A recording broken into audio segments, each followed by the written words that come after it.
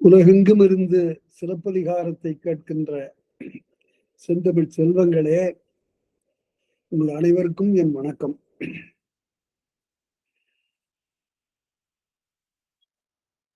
அரங்கேற்று காதையினுடைய இறுதி பகுதியில் நாம் இருக்கின்றோம். அந்த இறுதி பகுதியில் போன வகுப்பில் நான் சொல்லுகிற போது இந்த பரியம் என்ற சொல் சிலப்பதிகாரத்தில் இருப்பதாக சொன்னேன். அதை ஒரு அம்மையார் இல்ல, நான் தேடி தேடி பார்த்தேன், டெக்ஸ்ட்ல காணுமேன்னாங்க. உண்மைதான். அது அடியார்க்கு நல்லார்தான் அதற்கு பொருள் சொல்லுகிற போது ஒரு வழியாக என்பதற்கு 1008 கடைஞ்சு ஒரு முறையாக பெற்றனள் என்று சொல்லுகிற போது அதுக்கு உரை எழுதுகிற போது அடியார்க்கு நல்லார் பரியம்னு எழுதினாரு. அரும்பத உரைகாரர் பரியம்னு எழுதினாரு. அடியார்க்கு நல்லார் பரிசம்னு எழுதினாரு. அதுதான் பிற்காலத்துல பரிசம்னு அதை மாற்றிக்கொள்ளப்பட்டது. அதற்காக செய்தி சொன்னா அவர்களுக்கு ரொம்ப நன்றி. அடுத்து 1008 கடைஞ்சு மாலையினை பொன்னாலாகி இந்த மாலையினை கொடுத்த போது அதனை கூனிகையிலே கொடுத்து நகர நம்பியர் திரிகின்ற மருகிலே, மருகு என்றால் தெரு, அந்த தெருவிலே கொண்டு போய் காட்ட சொன்னாள் சித்ராபதி. அந்த செய்தி இதுல இல்ல, பின்னால மணிமேகலையில வரும். சித்ராபதி என்பவள் மாதவியின் தாய். அவளுக்கும் மாதவிக்கும் இடையில இருக்கக்கூடிய மனநிலை மிக மிக வேறுபாடுடையது. சித்ராபதிக்கு மிக உயர்ந்த கற்பு நெறியின்பால் ஒழுக வேண்டும் என்ற நம்பிக்கை இல்லை. கணிகை என்பவள் ஒரு செல்வனோடு வாழ்வது, பிறகு அந்த செல்வன் போய்விட்டானேயானால் மற்றொரு செல்வனை தேடுவது, அதுதான் அவளுக்கு உரிய நிலை என்று சித்ராபதி கருதினாள். ஆனால் மாதவி அப்படி இல்லை. மாதவியை கண்ணகிக்கு நிகராக நாம் சிலப்பதிகாரத்தில் காணுகிறோம். அதனால அந்த பகுதி மிக அருமையானது. இதுல கேட்ட வினாவு கூட நான் சொன்னேன், பகர்வனதோர் பான்மையும் நிறுத்த. இந்த மாலைய விலைக்கு விற்பது போன்றது ஒரு தோற்றத்துல அந்த நகர நம்பியர் திரிதரும் அருகிலே கொண்டு போய் அந்த கூனியோடு நிற்கிறாள். கூனி நிற்கிறாள். கூனியை பற்றியும் நான் சொன்னேன். கம்பராமாயணத்தில் வருகின்ற கூனிக்கும் சிலப்பதிகாரத்தில் வருகின்ற கூனிக்கும் நிறைய வேறுபாடு உண்டு. கம்பராமாயணத்தில் வருகின்ற கூனி கைகேயியை தீய செயலுக்கு தூண்டுகிறாள், சூழ்ச்சிக்கு தூண்டுகிறாள். அவள் வயது மூத்தவள், இவள் இளையவள். இளையவளின் மானமர் நோக்கி என்று சொல்வதனால மான் போன்ற வழிகளை உடைய இந்த கூனி இங்கு வேறு. அதனால இவள் என்ன செய்கிறாள், அந்த மாலையோடு போய் கடைத்தெருவில் நிற்கிறாள். இதை வாங்குகின்றவர்கள் மாதவிக்கு உரியவர்கள் என்று சொல்லி சொன்னபோது அந்த நிலையில் 100 பத்து அடிக்கு 8 கடை நிறுத்த வீருயர் பசும்பொன் பெறுவது இம்மாலை. 1008 கடைஞ்சி பொன் பெறுகின்ற மாலையினை வாங்குகிறவர்கள் சாலும் நம் கொடிக்கு என, கொடி போலும் மாதவி. அப்படின்னா அதுக்கு என்ன இலக்கண குறிப்பு சொல்றது? சாலும் நம் கொடி. சாலும்னா தகுதி உடையவர் என்று பொருள். சாலும் அதிலிருந்து வந்தது சால் என்பது பகுதி. சால் என்றால் நிரம்புதல் என்று. இந்த தோட்டத்துக்கு 4 சால் இறைச்சேங்கிறான். அதாவது பெரிய சால் என்பது தண்ணீர் இறைப்பதற்காக கிணற்றிலிருந்து தண்ணீரை மேலேற்றுவதற்காக பயன்படக்கூடிய ஏற்றம். அது பெரிய அண்டா மாதிரி இருக்கும். அதை அப்படியே மொண்டு கொண்டு வந்து மேல நிலத்துல கவிழ்க்கும். சால் நிரம்புதல், அதிலிருந்து வந்தது சால்பு, அது பண்பு பெயர். அதிலிருந்து வந்தது சான்றாண்மை, திருக்குறள் அதிகாரத்தினுடைய பெயர். அது என்ன சான்றாண்மை? அது தெரிந்து கொள்ள வேண்டும். சான்றாண்மை என்றால் என்ன? சான்றோர் என்றால் யார்? என்ன பண்புகளை உடையவர்களாக இருந்தால் நாம் சான்றோர்கள் என்று சொல்லலாம்? திருவள்ளுவர் சொல்லுகிறார். திருவள்ளுவர் எல்லாவற்றுக்கும் விளக்க சொல்லிவிடுகிறார். முதல்ல யாருக்கு எந்த ஐயமும் அந்த தலைப்பு குறித்து, அதிகார தலைப்பு குறித்து ஐயமே வராது. அந்த தெளிவு இந்த மறைநூலில் இருக்கிறது. எடுத்துக்காட்டுக்காக சொல்றேன். என்ன சான்றாண்மைன்னு என்ன? அன்பு, நான், ஒப்புரவு, கண்ணோட்டம், வாய்மையோடு 5 சால்பு ஊன்றிய தூண்னர். 5 தூணு. எது? அன்பு, நான், நாணம், ஒப்புரவு, கண்ணோட்டம், வாய்மை. இந்த 5 தூண்களால் ஆனதுதான் ஒரு மாளிகை, சான்றாண்மை என்ற மாளிகை. இந்த 5 தூணும் நின்று அதை தாங்குகின்றன. அப்படி இருப்பதனால சான்றாண்மைக்கு அங்க இலக்கணம் சொன்னார். சில சமயத்தில் அவர் சொல்லக்கூடிய விளக்கம் வேறு வகையாக இருக்கும். வாய்மை என்றால் என்ன அப்படின்னு நம்ம கேட்கிறோம். உடனே எல்லாரும் எளிதாக விடை சொல்லிடுவார்கள், உண்மை. அப்படி இல்லையா அப்படிங்கிறார் திருவள்ளுவர். வாய்மை எனப்படுவது யாதெனில் யாதொன்றும் தீமை இல்லாத சொல்லல். தீமை இல்லாததை சொல்வதுதான் வாய்மை. அப்படியானா பொய் சொல்லலாமா? நீங்க சொல்லலாம் ஐயா. எப்படி சொல்லலாம்? பொய்மையும் வாய்மை இடத்த. பொய்யும் கூட உண்மைதான். எப்ப? பொய்மையும் வாய்மை இடத்த புரை தீர்ந்த நன்மை பயக்குமின் குற்றமற்ற நன்மையை செய்யுமானால் பொய் கூட உண்மையானது. உடனே எல்லாரும் சொல்லுவாங்க, நன்மை எனக்கு செய்யணுங்கிறதுக்காக தான் ஐயா நான் பொய் சொன்னேன், என்கிட்ட இல்லைன்னு நான் சொன்னேன், நான் பொருளை வைத்துக்கொண்டே இல்லை என்று சொன்னேன், ஏனென்றால் நான் பொருளை இழந்து விடக்கூடாது அப்படின்னா அந்த இடத்துல அருமையாக உரை எழுதுவார் பரிமேலழகர். பொய்மையும் வாய்மை இடத்த, பொய்யும் வாய்மைதான், அது நன்மையை செய்ய வேண்டும். யாருக்கு? பேசுகிறவனுக்கு இல்ல, பிறர்க்கு அப்படின்னு ஒரு சொல்ல போட்டார். மற்றவர்களுக்கு நன்மை செய்யுமானால் அந்த பொய் கூட உண்மைதான். இப்படி ஒரு புதிய விளக்கத்தை அவர் தருவார். எல்லா அதிகாரத்திற்கும் விளக்கம் அவரிடம் இருக்கிறது. அதனை பார்ப்போம். சரி, அதுபோல சாலும் நம் கொடிக்கு, கொடி அன்னுடி தொகை, கொடி போன்றவளாகிய மாதவி, உருவகத்திலிருந்து பிறந்த அன்முடி தொகை. கொடிக்கென மானவர் நோக்கியோர் கூணிகை கொடுத்து பகர்வனர் போல்வதோர் பான்மை நிறுத்த விலைக்கு விற்பது போன்றதொரு தோற்றத்தோடு நிறுத்த மாமலர் நெடுங்கண் மாதவி மாலை கோவலன் வாங்கி கூணி தன்னோடு மணமனை புக்கு மாதவி தன்னோடு.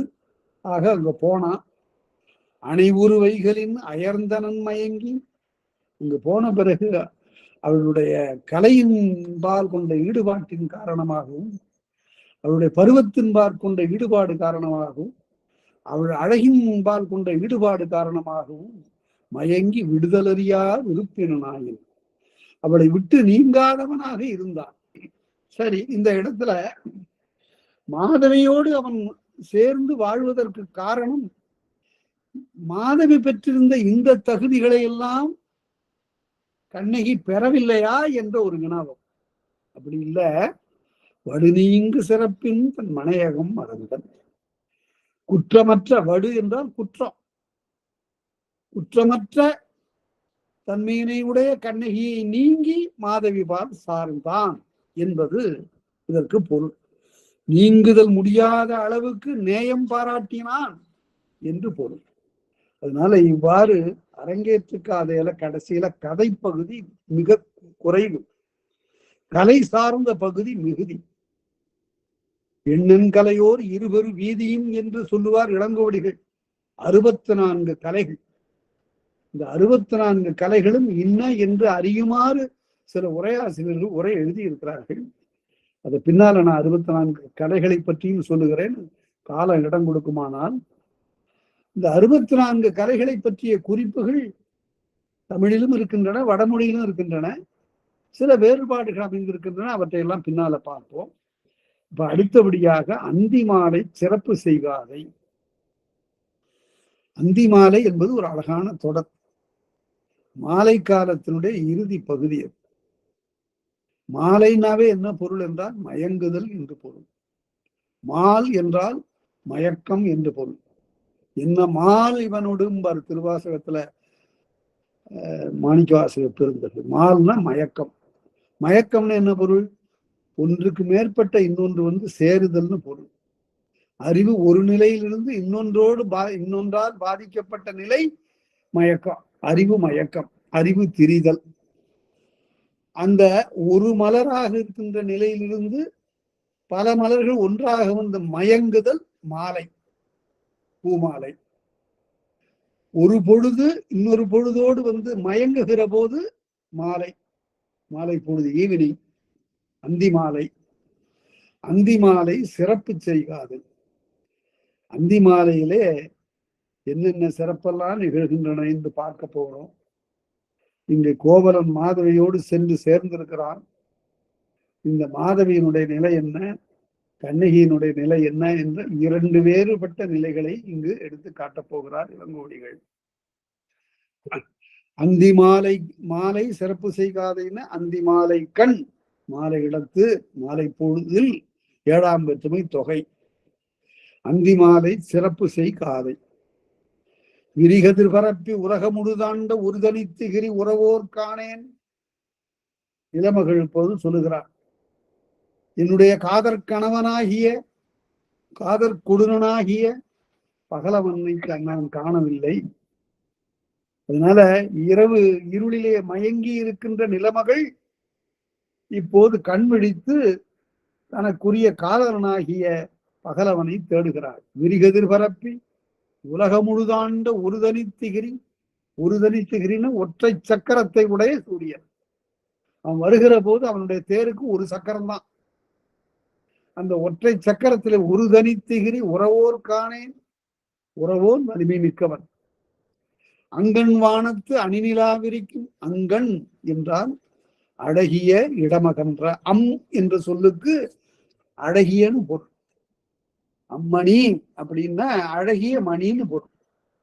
அதே ஒரு பெண்ணுக்கு பேர் வைக்கிறாங்கல்ல அம்மணின்னு, அழகிய மணி போன்றவள் என்று பொருள்.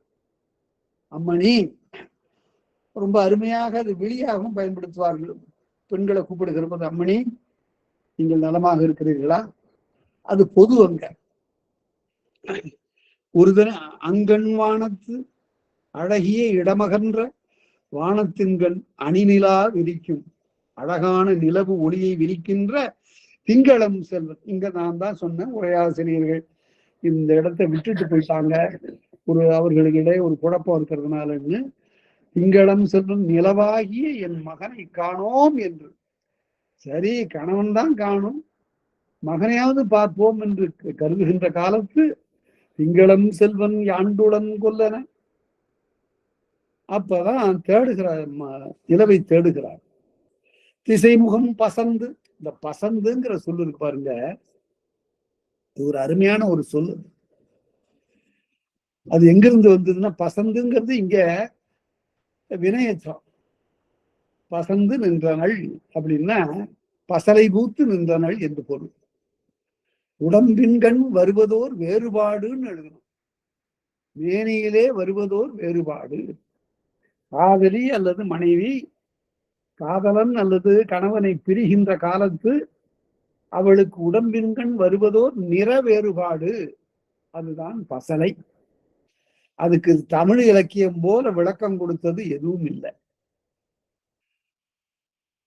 ஊருங்கேணி உண்டுரை தக்க பாசியற்றே பசலை, தொடுபுடி தொடுபுடி நீங்கி விடுபுடி விடுபுடி பரத்தலானே. 4 அடியில என்ன விளக்கம் பாருங்க. ஊரும் கேணி, ஊர் நீர் உண்ணக்கூடிய கேணி, அதுக்கு பேர் என்ன, ஊரும் கேணிங்கிறது ஊருணி. அது மறு, மறு முடிவு, அவ்வாறு மருவி வந்தது என்று பொருள்.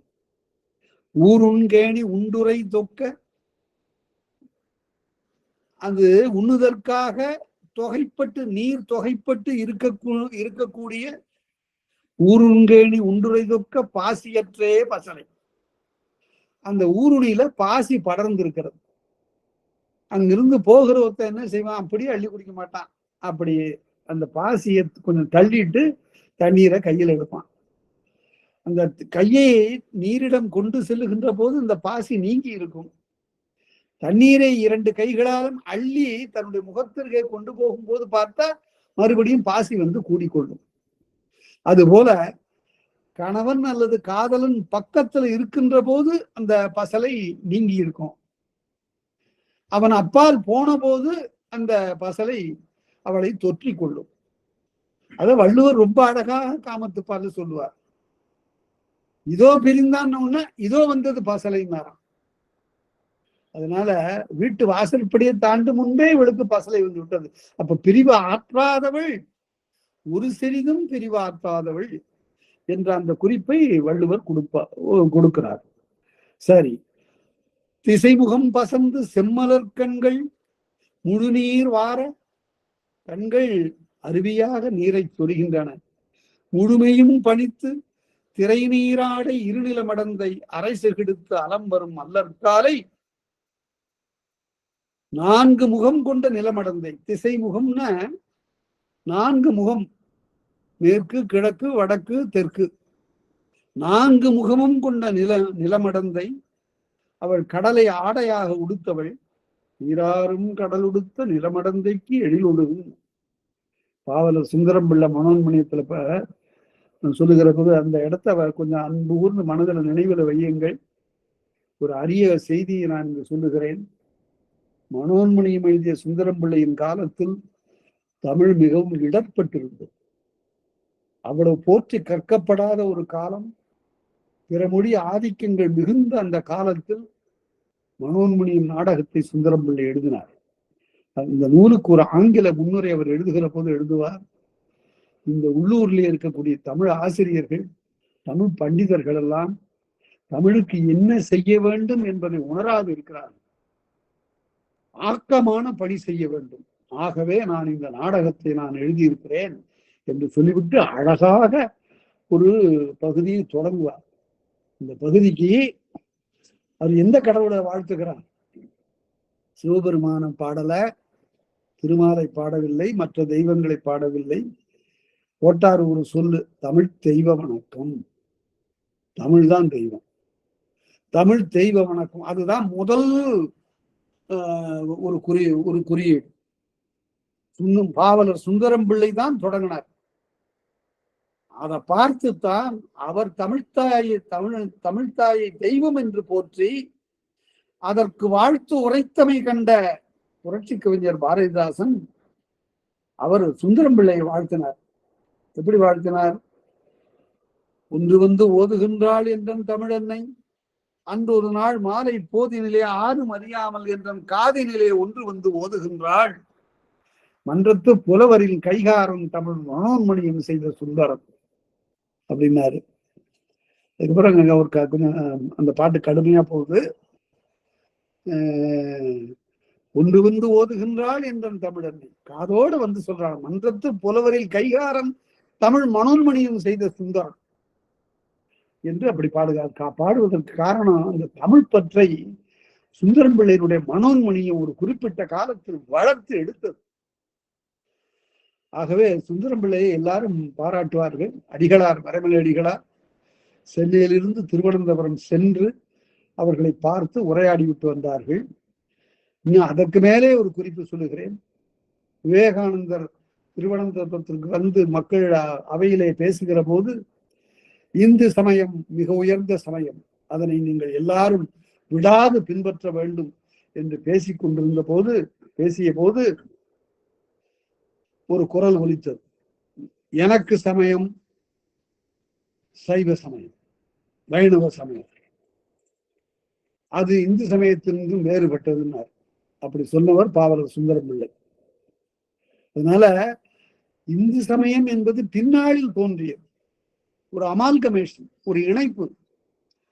ஆனா சைவம் வைணவம் என்பது தமிழ்நாட்டில் இருந்த தொன்மை சமயங்கள்.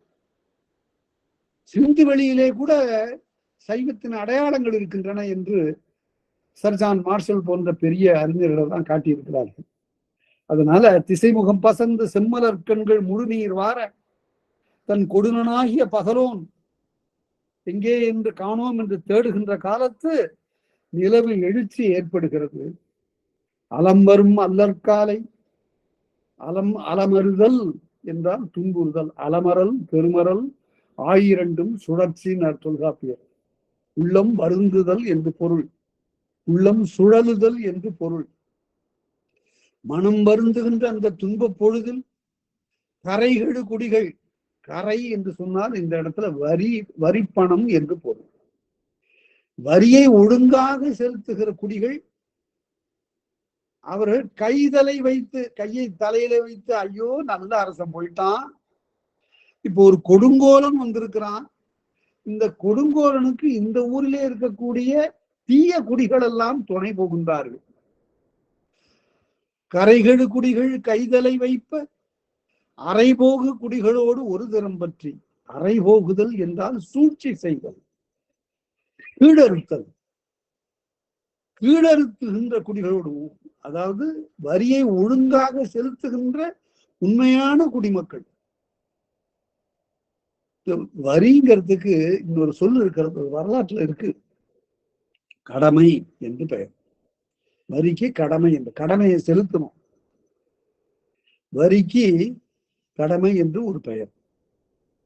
கரைகள் குடிகள் கைதலை வைப்ப அரைபோகு குடிகளோடு ஒரு திறம் பற்றி வலம்படுதானை மன்னர் இல்வழி. நல்ல அரசன் இல்லாத காலத்துல, வலிமை மிக்க தானையினை உடைய நல்ல அரசன் செங்கோல் அரசன் இல்லாத காலத்தில், செங்கோல் வேந்தன் இல்லாத காலத்தில், புலம்பட இருத்த விருந்தின் மன்னரின், விருந்தின் மன்னர்னா புதிய மன்னர்கள், விருந்தேதானே புதுவது கிடந்த யாப்பின் மேற்றேன்னார். அதனால விருந்து என்றால் புதியவர்கள் வந்து சேர்ந்து விட்டார். புலம்பட இருத்த விருந்தின் மன்னரின்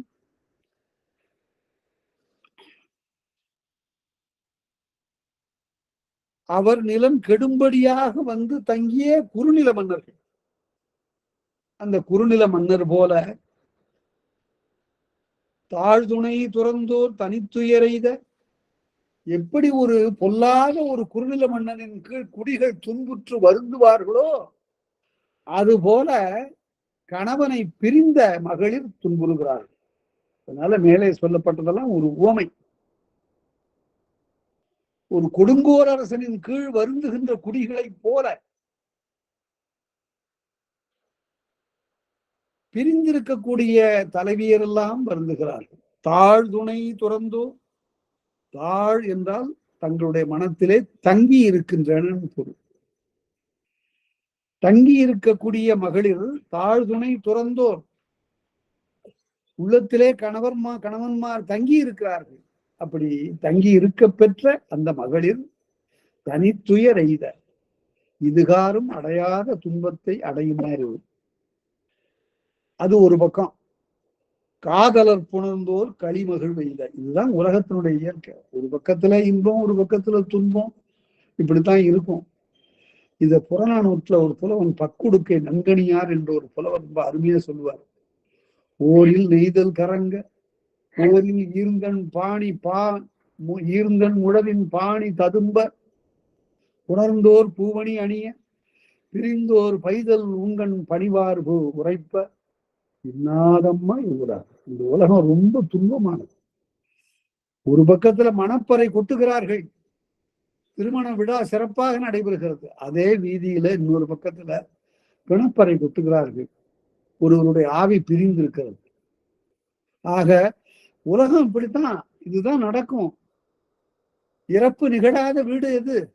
அதுதான் புத்தர் கேட்கிறார். ஒரு பெண் போய் அழுகிற போது, என் பிள்ளை இறந்துட்டான், அவனை காப்பாற்றி கொடுக்க வேண்டும், இறந்தவனை எழுப்ப வேண்டும் என்று சொல்லுகிற போது புத்தர் சொன்னார், சரி நான் எழுப்பி தருகிறேன், கொஞ்சம் கடுகு வாங்கி கொண்டு வா.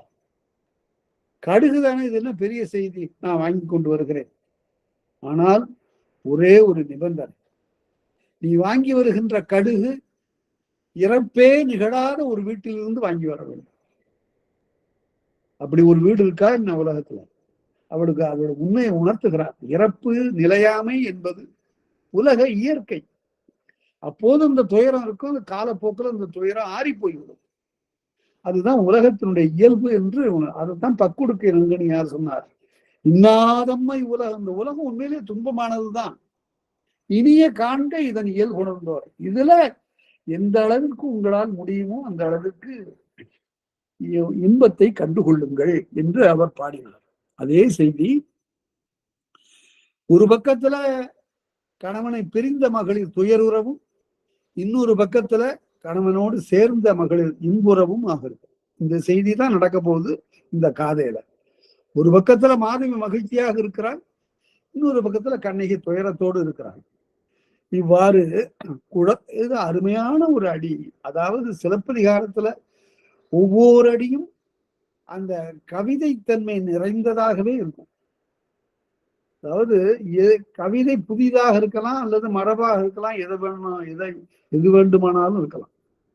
ஆனால் வெறும் சொற்களின் கோவையாக இருக்கக்கூடாது. நான் ரொம்ப இலக்கணத்தோடு எழுதியிருக்கிறேன்னாலும் அதுல கவிதையின் உயிர் இருக்கும். அதே போல நான் ரொம்ப புதிதாக புரட்சியாக இலக்கணத்தை புறக்கணித்து எழுதியிருக்கிறேன் என்றாலும் கூட எழுதலாம். ஆனால் உள்ளே கவிதையினுடைய உயிர் ஓட்டம் இருக்கும். அது இப்போது ரெண்டுமே இல்லாம தான் எல்லாமே வருது. விருத்தம் எழுதுகிறேன் என்கிறான். அதுல வாய்ப்பாடு சரியாக அமைந்திருக்கிறது. ஆனால் உள்ளே உயிர் ஓட்டம், கவிதையினுடைய உயிர் தன்மை இல்லை. எடுத்துக்காட்டுக்கு நான் உங்களுக்கு சொல்றேன். சொல்லின் செல்வர் ராபி சேதுப்பிள்ளை சொல்லுவார், கவிதை எப்படி இருக்கக்கூடாது அப்படிங்கிறதுக்கு, செய்யுள் எப்படி இருக்கக்கூடாது என்பதற்கு, பாக்கென்பது கமுகம்பழம், பருப்பென்பது துவரை. நான் பாட்டு எப்படி இருக்கு வந்து பாருங்க. பாக்கு என்றால் கமுகம்பழம், பருப்பென்பது துவரை, மேற்கென்பது கிழக்கே என்று பார்த்தால் அது தெரியும். நான் அடுத்த வரையில சாக்கென்பது கோணி, உயர் சட்டை அது போர்க்கும். ராக்கா கவி சொன்னேன் கொடுப்பாயோ விடுப்பாயோன்னா. இந்த 4 அடியில என்ன இருக்கு? பாக்கென்பது கமுகம்பழம், பருப்பென்பது துவரை, மேற்கென்பது கிழக்கே என்று பார்த்தால் அது தெரியும். சாக்கென்பது கோணி, உயர் சட்டை அது போர்க்கும். ராக்கா கவி சொன்னேன் கொடுப்பாயோ விடுப்பாயோன்னு இலக்கணம் இருக்கு. ஆனால் என்ன இல்லைன்னா கவிதைக்குள்ள உயிர் தன்மை. அதே போலதான் புது கவிதை. வரி வரியாக அப்படியே எழுதி கொட்டுகிறாரு. உள்ளார படித்து பார்த்தா ஒன்றும் தேரல, எல்லாம் உமியும் தவிடுமா இருக்கு. அது கூட பயன்படும், இது ஒன்றும் பயன்படாது. அதனால்தான் ஒருவர் சொன்னார், 10 மரபு கவிதைகளை சொல்லலாம், அழகான கவிதைகளை சொல்லலாம். 10 புது கவிதைகளை சொல்லுன்னா சொல்ல முடியாது. அது சொல்ல வேண்டியது இல்லைம்பாங்க அவங்க. அப்படியெல்லாம் மனதுல நெட்டுறு பண்ணி கொள்ள வேண்டிய தேவை இல்லைம்பாங்க. ஆனால் அப்படி எந்த கவிதையும் மனதுக்குள் வைத்து நிறுத்தி நெட்டுறு செய்தால்தான் ஒருவருக்கு மொழிநடைய உருவாகும். அதற்கு மிக அது இன்றியமையாதது. இப்ப நான் ஒரு அரிய கவிதைக்கு ஒரு எடுத்துக்காட்டு நான் உங்களுக்கு சொல்றேன். மோசமான ஒரு பாட்டு அல்லாத ஒன்றை காட்டிட்டு போயிடக்கூடாது, நல்ல ஒன்றை காட்டணும். ஒரு உவமை, இதற்கு ஈடான ஒரு உவமை இல்லைன்னு சொல்லணும். இந்த உவமையை மாற்றி சொல்ல முடியவில்லை என்று சொல்லணும். அது புதிய கவிதையாக இருக்கட்டும், பழைய கவிதையாக. கம்பராமாயணத்தில் வருகின்ற பாத்திரங்களிலேயே மிக அறிவார்ந்த, மிக கூறிய அறிவு படைத்த ஒரு பாத்திரம் எதுன்னு ஒரு கேள்வி, ஒரு வினா. இந்த வினாவுக்கு விடை நீங்கள் சொல்லுங்க, நினைத்து பாருங்கள். யாராக இருக்க முடியும்? ராமனா? அவன் சமயத்துல ஆத்திரவசப்பட்டுறான். சமயத்துல அவன் தான் சொன்னதற்கே வருந்துமாறு ஏற்பட்டு விடுகிறது. இலக்குவனா அவனை விட ரொம்பவும் சினவயப்பட்டவன். ராவணனா இல்ல, இருக்கவே முடியாது. இனி யார்தான் என்றால் கும்பகர்ணன் என்ற ஒருவன் தான் அறிவு சான்ற, அறிவு கூர்மை மிக்குடைய ஒரு பாட்டம். ஏன்னு கேட்டா, அவன் 6 மாதத்துக்கு ஒரு முறைதான் கண்ணு விழிப்பான். 6 மாதம் தூங்குவான். 6 மாதம் தூங்குகின்றவன அவனா எழுந்தான்னா இடையூறு இல்லை. இடையில போய் எழுப்பினால், இது நான் வால்மீகி ராமாயணத்திலிருந்து சொல்றேன், இடையில போய் அவனை எழுப்பினால் அந்த தூக்க மயக்கத்தில் இருக்கின்ற போது அவன் செய்கிற செயல் எதுவும் சரியாக வராது. அதனால்தான் கும்பகர்ணன் போரிலே தோற்க நேர்ந்தது. அவனே எழுந்து வந்திருந்தானே ஆனால் போரிலே அவன்தான் வெற்றி பெற்றிருப்பான். அத்தகைய பேராற்றல் படைத்த கும்பகர்ணன். அவன் சொல்றான், எழுந்த பிறகு இந்த பாட்டு கம்பராமாயணத்துல இடையிலே செருகப்பட்டது என்று கருதுகிறார்கள். எழுந்த உடனே என்ன சாப்பிடுவான்னா, 600 சகடத்து அடிசிலும் 100 குடங்களும் நுங்கினான். 600 வண்டி சாப்பாடு, 100 குடமா கல்லு எல்லாத்தையும் நுங்கினான். வினை இத்தொல் எப்படி இருக்கு பாருங்க. சாப்பிட்டான்னு சொல்ல முடியாது, நுங்கினான். எல்லாத்தையும் சாப்பிட்ட பிறகு என்னாச்சு? ஏறுகின்ற பசியை எழுப்பினான். அப்புறம்தான் பசி வந்துதான். சீறுகின்ற முகத்திரு செங்கனான், சீறுகின்ற கண்களை உடையவனாக பார்த்தான். யாரா என்ன எழுப்பினது? அப்படிப்பட்ட கும்பகர்ணன் மாமிச பிண்டமாக இருக்கின்ற மலை போல திரண்ட சதை பிடிப்பு உடைய ஒருவன். அவன் தான் அறிவுடையவன் எப்படி சொல்ற அப்படின்னு நீங்க கேட்கலாம். இப்ப சொல்றேன் பாருங்க. அவன் சொல்றான், என்னப்பா என்ன செய்தி, என்ன நிகழ்ச்சி அப்படின்னா, இல்ல இந்த ராமனோட போ, அதனால நீ போய் போர் செய்யணும். அப்பதான் அவன் சொல்லுகிறான், கல்லலாம் உலகினை வரம்பு கட்டவும் சொல்லலாம், பெருவலி ராமன் தோள்களை வெல்லலாம் என்பது சீதை மேனியை புல்லலாம் என்பது போலும். ரெண்டே செயல் தான் உன்னால முடியாத அண்ணா, உன்னால முடியாத செயல்கள். ஒன்று ராமனை வெல்லுவது, இன்னொன்று சீதையை தழுவுவது.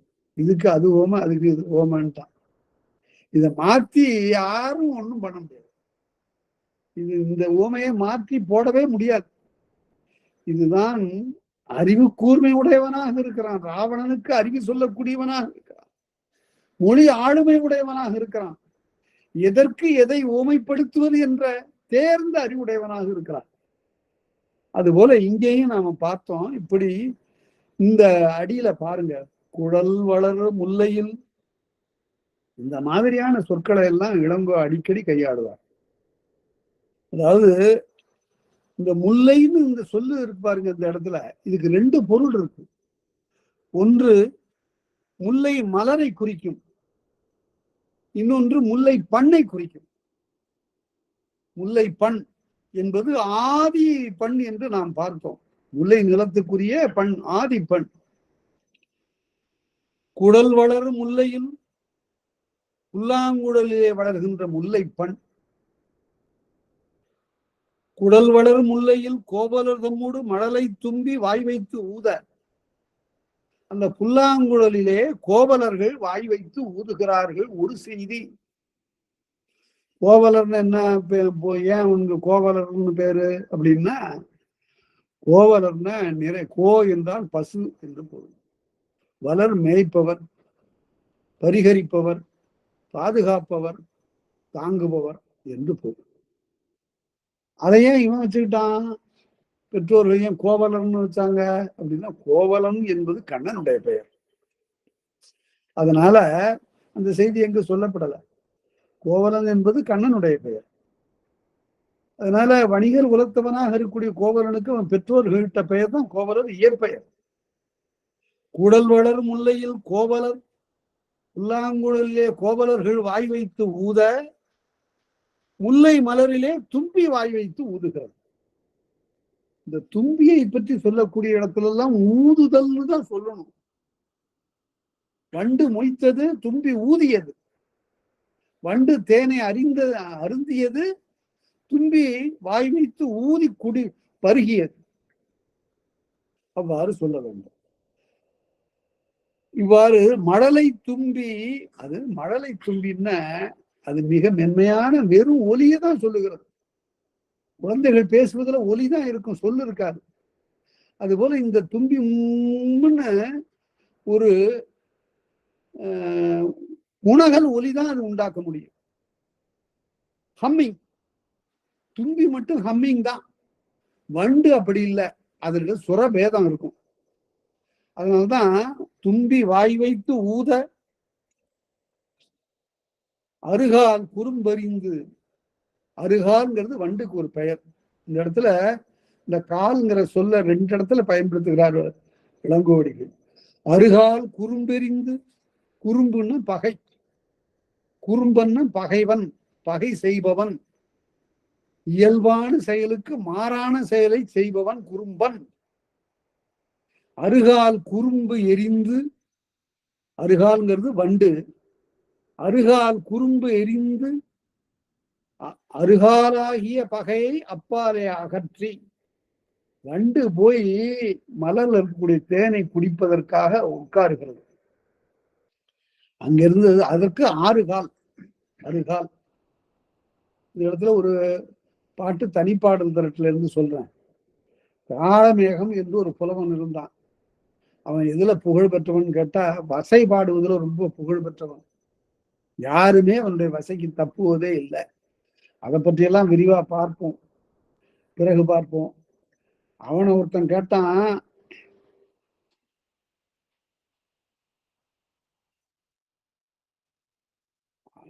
யானைக்கு எத்தனை கால்னு கேட்டான். குறும்பா, யானைக்கு எத்தனை காலுப்பா அப்படின்னு காளமேகத்தை கேட்டான். யானைக்கு கேட்கிறியா, பூனைக்கு 6 கால்னா முதல்ல. பூனைக்கு 6 காலா? ஆமா ஐயா, பூனைக்கு 6 கால், புள்ளினத்துக்கு 9 கால், பறவைக்கெல்லாம் 9 கால். ஆனைக்கு கால் 17. ஆனைக்கு கால் 17 ஆனதே. மானேகள் குண்டகத்தின் மேலே முழு நீளம் பூத்ததுண்டு, கண்டதுண்டு, கேட்டதில்லை காணுமா. அப்படின்னா என்ன பொருள்னா, பூனைக்குங்கிறது பூவை நக்குகிற வண்டுக்கு 6 கால். இப்ப இந்த 6 கால் பார்த்தோம்ல, 6 கால்னா வண்டு. பூவை நக்குகிற வண்டுக்கு 6 கால், பூனைக்கு 6 கால். புள்ளினத்துக்கு 9 கால். இங்க பெருக்கல் வாய்ப்பாடு. 9 கால் எவ்வளவு? 2 கால். 2 கால், கால் 2.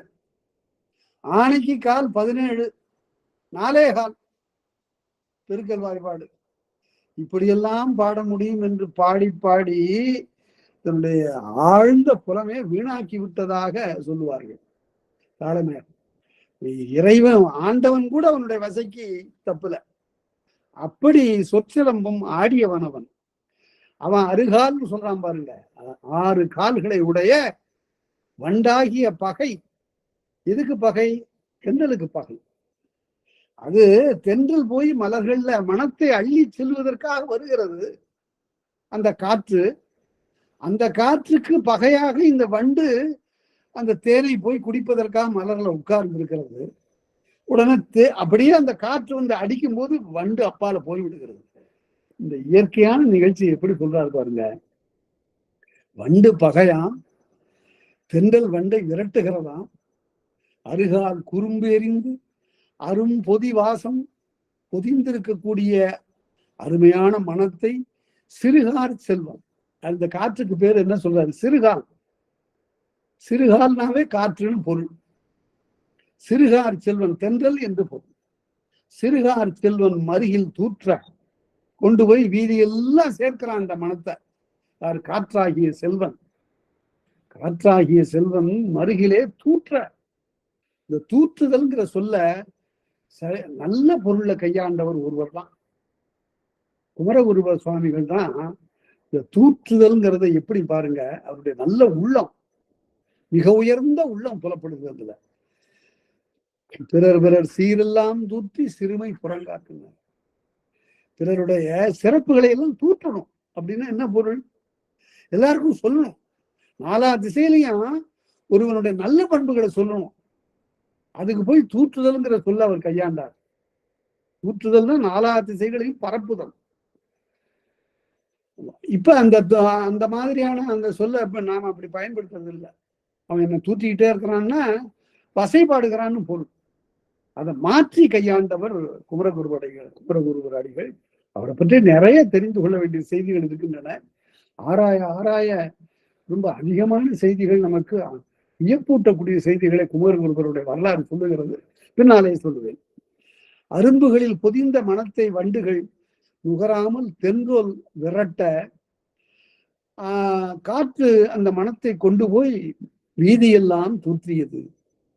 எல்வளை மகளிர் எல்லே இலக்கம். நாம் தொல்காப்பியம், அதாவது தொல்காப்பியத்தை சரியாக படித்தவர்கள், அந்த இலக்கணத்தை உணர்ந்து கொண்டவர்கள், மொழி ஆளுமை படைத்தவர்களாக இருப்பார்கள்.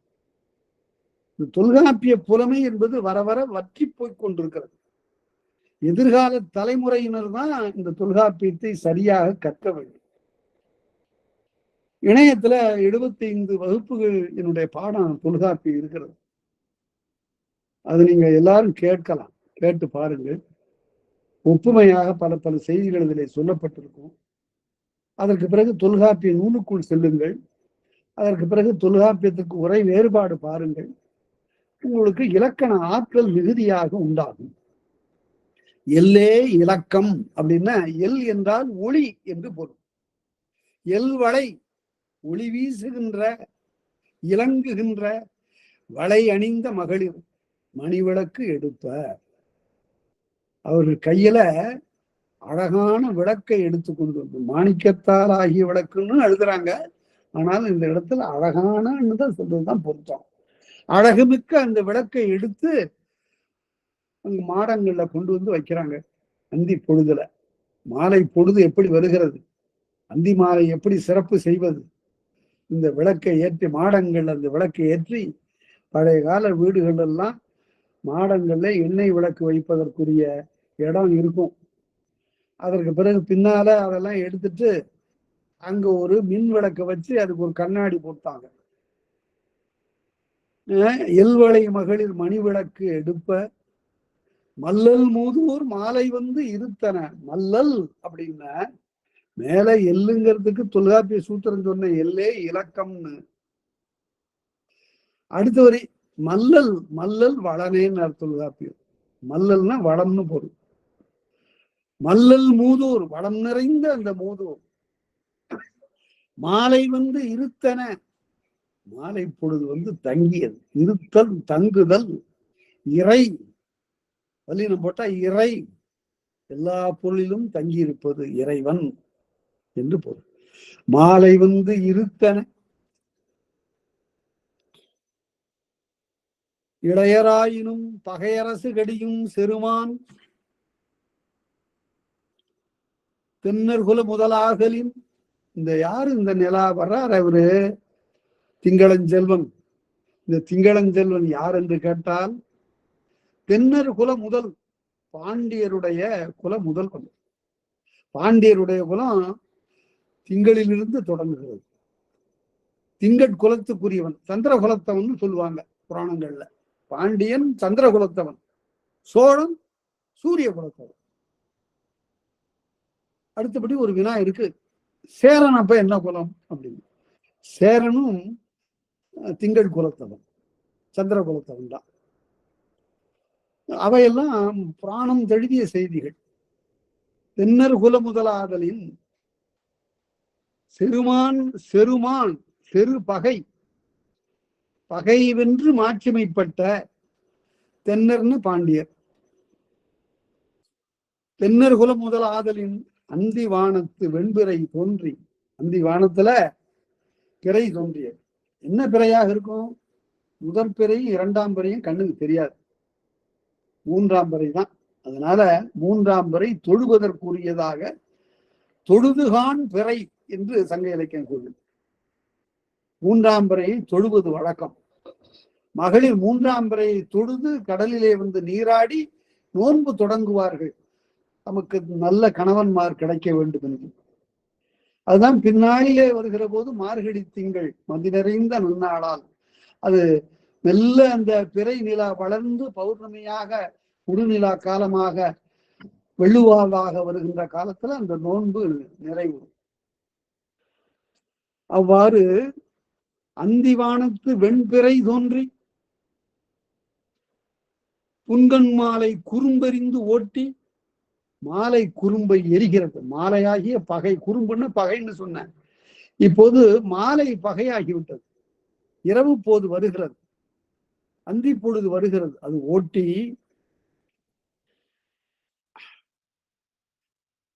மெல்ல மெல்ல இந்த நிலா மேலே இடிச்சு பெற இருள் போகிறது. பாவேந்து ரொம்ப அழகா சொல்லுவாரு, இளங்கதிர் கிழக்கில் இன்னும் எழவில்லை, இரவு போர்த்த இருள் இன்னும் நீங்கவில்லை, ஆயினும் கேள்வியால் அகலும் மடமை போல நள்ளிருள் மெதுவாய் நடந்து கொண்டிருந்தது. அதான் கவிதை. நாம சாதாரணமா பேச்சு வழக்கில் பயன்படுத்துகிற சொல் எப்படி கவிதை ஆயிட்டு பாருங்க. நடந்து நடந்து கொண்டிருக்கு, என்ன நிகழ்ச்சி எப்படி இருக்கு, நடந்துகிட்டு இருக்கு அப்படின்னு சொல்றத அழகான கவிதை ஆக்கி விட்டார் பாருங்க. நள்ளிரவு மெதுவாய் நடந்து கொண்டிருந்தது. இரவு பொழுது நடக்குது மெதுவா. அது விழித்திருப்பவனுக்கு தான் தெரியும் மெதுவா நடக்கிறது, தூங்கி இருப்பவனுக்கு தெரியாது. அவ்வாறு அது இரவு பொழுது வந்த உடனே இந்த மாலை பொழுது விடைபெறுகிறது. அது நிலா மேலே வருகிறது. இங்க ஒரு அருமையான ஒரு கற்பனை பாவேந்தருக்கு. நிலவான ஆடைக்குள் உடல் மறைத்து நிலாவென்று காட்டுகின்றாய் ஒளிமுகத்தை, கோலம் முழுதும் காட்டி விட்டால் காதற் கொள்ளையிலே உலகம் சாமோ, வானச்சோலையிலே பூத்த தனி பூவோ நீதான், சொக்க வெள்ளி பார்க்குடமோ அமுத ஊற்றோ, காலையிலே வந்த செம்பருதி கடலில் மூழ்கி குளிரடைந்து ஒளி பிளம்போன்னா. காலையில வந்த சூரியன் கடல்ல போய் குதிச்சு முழுகி கனல் மாறி இப்போது நிலாவாக வந்து விட்டானோ அப்படின்னு சொன்னார். அந்த கற்பனையை கூட நான் ரொம்ப வியந்து போற்றவில்லை. அடுத்த பாட்டுல சொன்னாரு, நிலவே உன்னை காணுகின்ற இன்பம் எப்படி இருக்குன்னு கேட்டா, பொழுது முழுவதும் உழைத்த மக்கள் தொழிலாளர்கள் அந்திக்கு பிறகு அவங்க வீட்டுக்கு போய் இருக்கிற ஒரு படி அரிசியை உலையில போட்டு பொங்கி பார்க்கும் போது அது மேலே அந்த பானையினுடைய விளிம்பிலே அப்படியே வட்டமாக வந்து உறைந்து நிற்கிறது. பானையார கணத்திருந்த வெண்சோறு காணும் இன்பம் உனை காணும் இன்பம் தானோன்னா. வேற யாரும் அப்படி பாடல.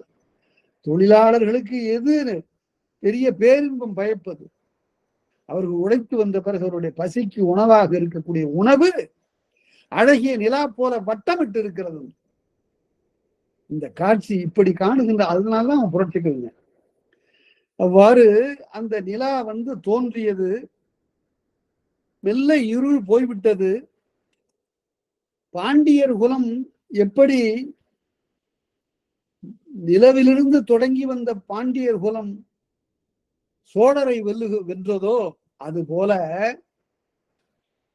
இங்கே பகலை வென்று இரவு வந்தது. நிலா எழுந்தது. இந்த நிலா மேலே வந்தது என்று சொல்லுகிற போது ஒரு செய்திக்காக சொல்லுகிறேன். இந்த மாதிரியான புலவர்கள் தான் இப்படி கற்பனை செய்ய முடியுமா? பாவேந்தர் பாரதிதாசன் பாடினாரு சொன்னீர்களே, அது போல கற்பனை கவிதையில் தான் வருமா? யாரும் வேற யாரும் சொல்ல முடியுமா அப்படின்னு கேட்கலாம். ஒரு அருமையான ஒரு செய்தி நிலா மேலே வந்து விட்டது என்று சொல்லுகிற போது, ராமாயணத்தில் ஒரு பகுதி, இது வால்மீகி ராமாயணத்துல இல்ல. ராமன் இலங்கைக்கு போக வேண்டும் என்று கருதுகிறான். ஆனால் தனுக்கோடியிலே நின்று பார்க்கும்போது கடல் பெரிதாக இருக்கிறது. எவ்வளவு தூரம் கடல்? இப்ப இந்த காலத்து அளவுக்கு பார்த்தா 14 மைல். 14 மைல் கடல் இருக்கு நடுவுல. இந்த 14 மைலுக்கு ஒரு பாலம் போடணும்னா முடியுமா? அதனால ஒரு பாலம் போடணும்னு நினைக்கிறான். அவ்வளவுதான். உடனே எல்லா வானரப்படைகளும் அங்க வந்து சேர்ந்து விடுகின்றன. அணில் எல்லாம் வருகிறது. அணில் ஒரு கல்லை தூக்கிட்டு வருது. வானரப்படைகள்லாம் ஆளுக்கு ஒரு கல்லாக மலையிலிருந்து பெயர்த்து எடுத்து வருகின்றன. எல்லாம் போட்டு அங்கு சேது என்ற அணையை கட்டுகிறார். அந்த சேதுக்கு பின்னாடி காவலராக ராமனால் நியமிக்கப்பட்டவர் தான் சேதுபதி. அந்த பாலத்திற்கு காவலராக நியமிக்கப்பட்டவர்கள் சேதுபதி அரசர். பதின தலைவன். அப்ப குமுதன்னு ஒரு வானரம். இந்த குமுதன் என்ன செய்தான்? அவன் பெரிய அகன்ற தோள்களுடைய ஒரு வானரம். அது பெரிய பாறையை பெயர்த்து எடுத்து கொண்டு வந்து கடல்ல போட்டான். தும்முன்னு போட்ட உடனே குமுதன் இட்ட குலவரை கூத்தரில் திமிதம் இட்டு, அது இந்த பெரிய பாறையை போட்ட உடனே கடல் வந்து நடனமாட தொடங்கிட்டான் அந்த இடத்துல. திமிதம் இட்டு திரியும் திரைக்கடல், எங்க அந்த தண்ணீர் எங்க போறதுன்னு தெரியாம தடுமாறி அங்கேயும் இங்கேயுமாக அலைய, அதுல இருந்து அப்படி துளி மேல எழும்புச்சு. அலை அப்படியே வான உயரத்துக்கு போச்சு. வான உயரத்துக்கு போகிற போது வானவர்கள்லாம் அங்கிருந்து அவங்க மேல துளி தெரிக்கல. கடலிலிருந்து எழுந்த ஒரு துளி தெரிக்கவில்லை. அந்த துளியின் ஒரு பகுதி தெரித்தது. அதுக்கு பேர் என்ன? துமி. துமி என்பது துளியின் ஒரு சிறு கூறு, ஒரு சிறு முறையின் ஒரு பகுதி. அது போய் அந்த வான உலகத்தில் இருக்கிற அமரர்கள் மீது பட்ட உடனே ஆகா நாங்கள் அவங்க ரொம்ப உவகை வந்துருச்சு. ஏன்? ஆகா, மறுபடியும் கடலை கடையிறாங்க, நமக்கு அமிர்தம் கிடைக்கும் அப்படின்னு அவங்க பார்த்தாங்களாம். அமுதம் எங்கே எங்கே வந்து திரண்டு வருகிறதுன்னு பார்த்த போது வானத்திலே திரண்டு அந்த அமிர்தம் போல திரண்டு வந்தது நிலான். நிலவின் உதயத்தை கம்பன் இப்படி பாடினோம். கம்பனுக்கு இழைத்தவளா நம்ம வீட்டு இதுல இருக்கக்கூடிய ஏழை மூதாட்டி. அவ அடுப்பு எரிக்கின்ற போதே வீதியிலே ஓரத்திலே அடுப்பு கூட்டி எரிக்கின்ற போது சொன்னாலாம், சோளப்பொறி மத்தியிலே சுட்டு வச்ச தோசையை போல நிலா எப்படி இருக்குன்னு கேட்டா, சோளப்பொறி மத்தியிலே சுட்டு வச்ச தோசையை போல சோதி நிலா தோன்று மட்டும் தாய் படுத்து தூங்கு மட்டும். அருமையான பாட்டு. அதனால கவிதை எங்கெங்கோ இருக்கு. இதெல்லாம் தான் நல்ல கவிதை. அது புதுசா இருக்கட்டும் பழசா இருக்கட்டும் எதா வேணாலும் இருக்கலாம். ஆனால் அதுல கவிதைக்குரிய அழகு உயிர்ப்பு இருக்கும். வெறும் சொற்களால் கட்டுவது கவிதை அல்ல. எழுந்தது ஆடி வெண் திங்கள் நான் கம்பன், சோழப்பொறி மத்தியிலே சுட்டு வச்ச தோசையை போல நிலா தோன்றியது என்றால் நம்முடைய நாட்டுப்புற மூதாட்டி. பான்மையில் தெரியாது பார்க்கதிர் பரப்பி அரசியலில் வழுவாது தன்னுடைய பால் போன்ற கதிரை பரப்பி மீனரசு. அது யாரு மீனரசு? மீன்களுக்கெல்லாம் அரசு நிலா. அததான் நம்முடைய மூதாட்டி சொன்னா, சோழப்பொறி மத்தியிலே சுட்டு வச்ச தோசை. மீனரசு ஆண்ட வெள்ளி விளக்கத்து வானம் முழுவதும் அப்படியே வெண்மை படர்ந்து நிற்க நிலா வர இல்வளரு முல்லையோடு. அருமையான தொடர், இல்வளரு முல்லையோடு. இந்த இடத்துல நான் வேறு உரையாசிரியர் சொல்லாத செய்தி நான் சொல்லுவேன். சங்க இலக்கியம் படித்திருந்தா சொல்லலாம். இல்வளர் முல்லை. இந்த முல்லைப்பூ மட்டும் அந்த காலத்துல வீடுதோறும் வளர்க்கப்பட்டது. மல்லிகையை வளர்ப்பதில்லை, முல்லைப்பூவை வளர்த்தார். அது என்ன முல்லை என்றால், முல்லைப்பூ கற்புக்கு அடையாளம்.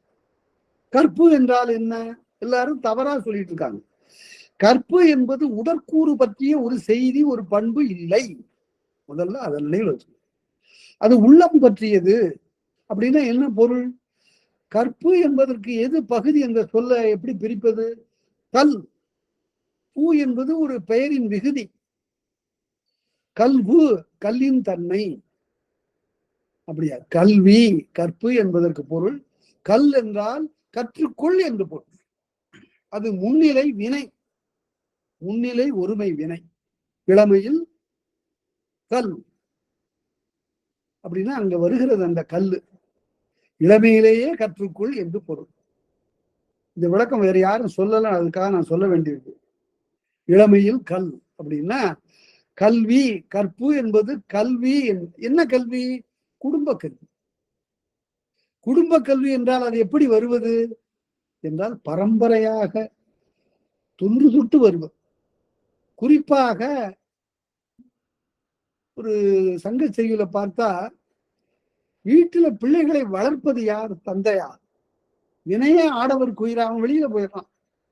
வீட்டுல மகளிர் தான் வளர்க்கிறார்கள், தாயர் தான் பிள்ளைகளை வளர்க்கிறார்கள். அந்த தாயர் உடைய நடை உடை செயல்களால் எப்படி எப்படியெல்லாம் இருக்க வேண்டும் என்பதனை தாய் பிள்ளைகளுக்கு உணர்த்துகிறாள். சொற்களால சொல்லுவதை விட அவள் நடந்து காட்டுவதனால அவள் இயல்பாக நடப்பதை பார்த்து பார்த்து பழகிறாள். என்னம்மா இப்படி செய்யற? இல்ல எங்க அம்மா அப்படித்தான் செய்வாங்க. அவங்கள கேட்டா, அவங்க அம்மா கேட்டா எங்க அம்மா அப்படித்தான் செய்வாங்க. அது வழிமுறை வழிமுறையாக வருவது. இதுக்கு பேர் தான் கற்பு, கல்வி, குடும்ப கல்வி. அத ஒரு அருமையாக ஒரு ஓவியம் பார்த்த போது எனக்கு அந்த எண்ணம் தோன்றியது. நேரா முகத்தை பார்த்து, இந்த பாரு இப்படி எல்லாம் நீ பண்ணக்கூடாது அப்படின்னு ஒரு மகளை பார்த்து தாய் சொல்றது இல்லை. அப்படி சொல்லுவது கல்வி ஆகாது, புகட்டுவது கல்வி ஆகாது. பிறகு என்ன செய்வா? ரொம்ப அருமையாக ஒரு படம் போட்டுக்கலாம். ஒரு சின்ன பெண் பிள்ளை, 7-8 வயது பெண் பிள்ளை, நல்லா தலை பின்னி கொண்டிருக்கக்கூடிய ஒரு பெண் பிள்ளையை பார்த்து அம்மா சொன்னா, அம்மா கொஞ்சம் கண்டிக்கணும்னு நினைக்கிறான் அந்த பெண் பிள்ளைய, 7-8 வயது பெண் பிள்ளைய. ஆனா முகத்துக்கு நேரா பார்த்து கண்டிப்பதற்கு உள்ளம் கொஞ்சம் சங்கடப்படுது. என்ன செய்தான்னு உடனே, இங்கவா தலையை பின்னி விடுறேன் அப்படின்னு தாய் கூப்பிட்டார். இதான் நல்லாதானே இருக்கு. இல்ல இல்ல கலைஞ்சிருக்கு, இங்கவா உட்கார். உட்கார்ந்தா பின்பக்கம், தலையினுடைய பின்பக்கத்துல தாய் உட்கார்ந்து அந்த தலையை வாருகிறாள். அதே சமயத்துல அந்த தாயினுடைய தாய் இந்த தாய்க்கு பின்னால உட்கார்ந்து இருக்கிறார். 3 அடுக்கு வீடு மாதிரி இருக்கு. இப்ப பேத்தி, அப்புறம் அவளுடைய தாய், அவளு பாட்டி, 3 பேர் உட்கார்ந்துருக்காங்க. இப்ப என்ன செய்யறார்? தாயாக இருக்கிறவள் இந்த 7-8 வயது மகள அந்த வீட்டுக்கு போகாதேன்னு சொன்னேன்ல, கேட்டியா நீ? இப்ப முகத்தை பார்த்து பேசல, அதனால அவ கோவிச்சுக்கிறாளா வருந்துறாளா என்னன்னு தெரியாது அப்படின்னு சொல்லிட்டு இந்த தலையில இல்லாத பேனை அப்படி லேசா குத்துறான். ஏன் இல்லைங்க, அதாவது கண்டிக்கிறாள், உருக்கிறாள். அதே அந்த சமயத்துல பின்னால இருக்கிற பாட்டி சின்ன சிரிச்ச போய், என்ன நீ இப்படி போய் கண்டிக்கிறாய், கொஞ்சமாவது உனக்கு பக்குவம் தெரியுதா அப்படின்னு இவ தலையில இடிக்கிறான். இதுதான் கற்பிக்காமல் வருகிற அந்த கல்விக்கு பெயர் தான் கற்பு. தங்களுடைய நடையாலும் பழக்கத்தாலும் உடையாலும் ஒழுக்கத்தாலும் அடுத்த தலைமுறைக்கு கொண்டு சேர்க்கக்கூடிய அந்த கல்விக்கு பெயர் கற்பு. இது தெரியாம வேற என்னென்னமோ விளக்கெல்லாம் கொடுத்துட்டு ரொம்ப இடர்படுகிறது உலகம். இந்த பொருள்ல கையாண்டிருக்கிறார்கள் அறிஞர்கள் பெருமக்கள்லாம். திருமுறைகள்லாம் இந்த பொருள்ல வருது. அழியா கற்ப அப்படின்னு வரும். அழியாத கல்வி உடையவனே என்று சங்க இலக்கியம் பேசும். அதனால அப்படியெல்லாம் கொஞ்சம் விளக்கம் நான் சொல்ல வேண்டியிருக்கிறது. சரி, இவ்வாறு மீன்கள் எல்லாம் திகழ்கின்ற வானத்தே வெண்ணிலா வந்து தோன்றியது. அது ஒரு அழகான காட்சி தான். ஆனால் பாவேந்தர் அதை பார்த்தார். தொழிலாளர்கள் அந்தி வரையில உழைத்து உழைத்து கூலி கிடைக்காத அந்த நிலையில் கொப்புளித்தது விரிவானம்னா,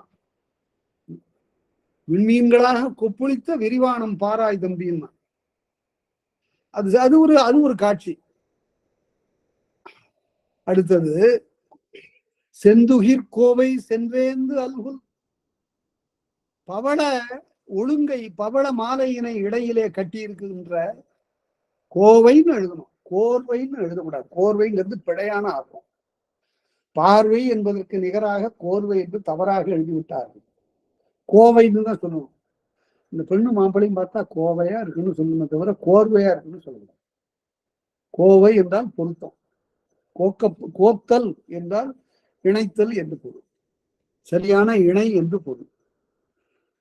அவ்வாறு செந்துயிர் கோவை, துகிர்னா பவளம், செந்துயிர் கோவை சென்றேந்து அல்குல், இந்த இடைப்பகுதியில இந்த பவள மாலை பொலிவோடு அணியப்பட்டிருக்கிறது. அந்துகில் மேகலை, அழகிய துகிலாகிய மேகலை. மேகலை என்பது இடையிலே அணிந்திருக்கக்கூடிய மணிகள் கட்டிய ஒரு அணிகலம். அதுதான் பாரதத்துல வரும், இடம்பெறும். அவள் மேகலை அணிந்த பெருந்தேவி துரியோதனுடைய மனைவி சொக்கட்டான் ஆடுகிற போது கர்ணன் அவருடைய மேகலையை பற்றி இழுத்தான் என்று ஒரு செய்தி வரும். எடுக்கவோ போக்கவோன்னு, அதுதான் மேகலை. அசைந்தன வருந்த, மேகலையை மெல்ல அசையுமாறு செந்துகிர் கோவை சென்றேந்து அல்குல், அந்துகில் மேகலை அசைந்தன வருந்த, மெல்ல அது வருந்துமாறு அசைந்து நிலவு பயன் கொள்ளும் நெடுநிலா முற்றத்து. அந்துகில் என்றால் புடைவைன்னு எழுதுனாங்க. புடவைன்னு சொல்றமே, அது புடைவை, பக்கத்தில் சூழ்வது என்று பொருள். அது சேலைன்னு இப்ப வழங்குது. அது எங்க இருந்து வந்தது சேலை? எந்த அகராதியாவது இந்த சொல்லுக்கு பொருள் இருக்கான்னு பாருங்க. சேலைங்கிறது மகளிர் உடுத்தி கொள்வதுன்னு எழுதியிருப்பான் அதிகபட்சமா போனா. அது சீலை என்பதனுடைய திரிவு. சீலை துணி, திரைச்சீலை, பெரிய துணின்னு பொருள், வேற ஒன்றும் இல்லை. இங்கே உடல் மறைக்கக்கூடிய அளவுக்கு இருக்கக்கூடிய பெரிய துணி. நான் முன்பே சொன்ன சுந்தரம்பிள்ளை பற்றி சொல்லி கொண்டு வருகிற போது, நீராறும் கடலுடுத்த நிலமடந்தைக்கு எழில் ஒழுகும். அந்த நிலமடந்தைக்கு எழில் ஒழுகுது, அழகு ரொம்ப அதிகமா போச்சு. ஏன் அழகா இருக்கா நிலமடந்தை? காரணம் என்ன? அவ நீராறும் கடல் உடுத்தவள், கடலையே ஆடையாக உடுத்தவளா ஆதலில் அவள் அழகாக இருக்கிறாள். அதனால கடலை ஆடையாக உடுத்தா எப்படி அழகா இருக்க முடியும் அப்படின்னா, நிலம் 1 பங்கு, கடல் 3 பங்கு உலகம். அதனால ஒரு பெண் தன்னை விட 3 பகுதி மிகுதியான உடைய உடுத்தணும். அப்பதான் அழகு ஒழுகும். நீராறும் கடல் உடுத்த நிலமடந்தை கேள்வி கொடுக்கும். 3 பங்கு கடலை ஆடையாக உடுத்த 1 மடங்கு அமைந்திருக்கின்ற நிலமகள் என்று பாவலர் சுந்தரம் பிள்ளையினுடைய பாட்டுக்கு பொருள் காண வேண்டும். நிலவு பயன் கொள்ளும் நெடுநிலா முற்றத்து, நிலா ஒளி வீசக்கூடிய நிலா முற்றம், நிலவு பயன் கொள்ளும் நெடுநிலா முற்றத்து கலவியும் புலவியும் காதலர்க்கு அளித்தாங்கு. யாரு? கணவனோடு சேர்ந்த மகளிர் கலவியும் புலவியும், புலவி ஊடல், கலவி 2 பேர் மகிழ்ந்திருத்தல், இந்த 2ம் நிகழ்கிறது. அப்ப ஊடலும் வேண்டும். எதுக்கு? இல்லை தவறு அவர்க்காயினும் ஊடல் வல்லது அவர் அழிக்குமாறு. கணவனோடு சற்று ஊடினால் அதற்கு பிறகு இன்பம் மிகும் என்பது வள்ளுவருடைய கருத்து. ஆனால் அந்த ஊடல் மிக அளவாக அமைய வேண்டும் என்பதற்கு அவர் சொன்ன உப்பமைந்தால் புலவினார். உப்பு போல இருக்கும். அவ்வாறு ஊடலும் கூடலுமாக அவர்கள் மகிழ்ந்திருக்கக்கூடிய அந்த நிலையில் ஆர்வ நெஞ்சமோடு கோவலர்க்கு எதிரே கோலங்கொண்ட மாதவி என்றையும், ஆர்வத்தோடு இருக்கக்கூடிய கோவலனுக்கு எதிரே அமர்ந்து கோலங்கொண்ட மாதவி என்றையும், அழகாக தன்னை ஒப்பனை செய்து கொண்டிருக்கூடிய மாதவி அல்லாமலும் பிற மாதரும் எல்லா மாதரும் அவரவருடைய இல்லத்திலே மகிழ்ந்திருக்கிறார். குடதிசை மருங்கியில் வெள்ளையீர் தன்னோடு, அயிர் என்றால் மிக நுண்மையானது என்று பொருள். இந்த இடத்துல வெள்ளையீர் என்பதற்கு கண்ட சருக்கரைன்னு எழுதினாங்க. அது ஒரு வகையான சாம்பிராணி. அதை போட்டு புகைத்துக் கொள்வார்கள். குடதிசை மருங்கில், மேற்கு திசையிலிருந்து வந்த குடதிசை மருங்கில் வெள்ளையீர் தன்னோடு, குணதிசை மருங்கில் காரகில் துறந்து, மேற்கேர்ந்து வந்தது சாம்பிராணி, கிழக்கேர்ந்து வந்தது அகில். இந்த 2ஐயும் பயன்படுத்தலப்ப. இப்போ புகை ஆகாது. நிலாமுற்றத்துல உட்கார்ந்தக்கூடிய இவர்களுக்கு இந்த மணப்புகை தேவையில்லை. பிறகு வேற என்ன வேணும்? அதை நாட்டாரையா அதற்கு நல்ல விளக்கம் எழுதினார். ஏன் தேவையில்லைன்னா, இது தன்மையை விரும்புகின்ற காலம். இது கோடை வெயில் எரிக்கக்கூடிய இந்த காலத்தில் குளிர்ச்சி வேண்டும் என்பதனால இந்த புகையை வேண்டாம் என்று நீக்கி பிறகு எதை கொண்டார்கள்? வடமலை பிறந்த வான்கள் வட்டத்து இமயமலையில் இருந்து கொண்டு வந்த செலாவட்டம், ஒரு கல்லு, அழகான கல்லு, சந்தனம் உரைக்கிற கல்லு.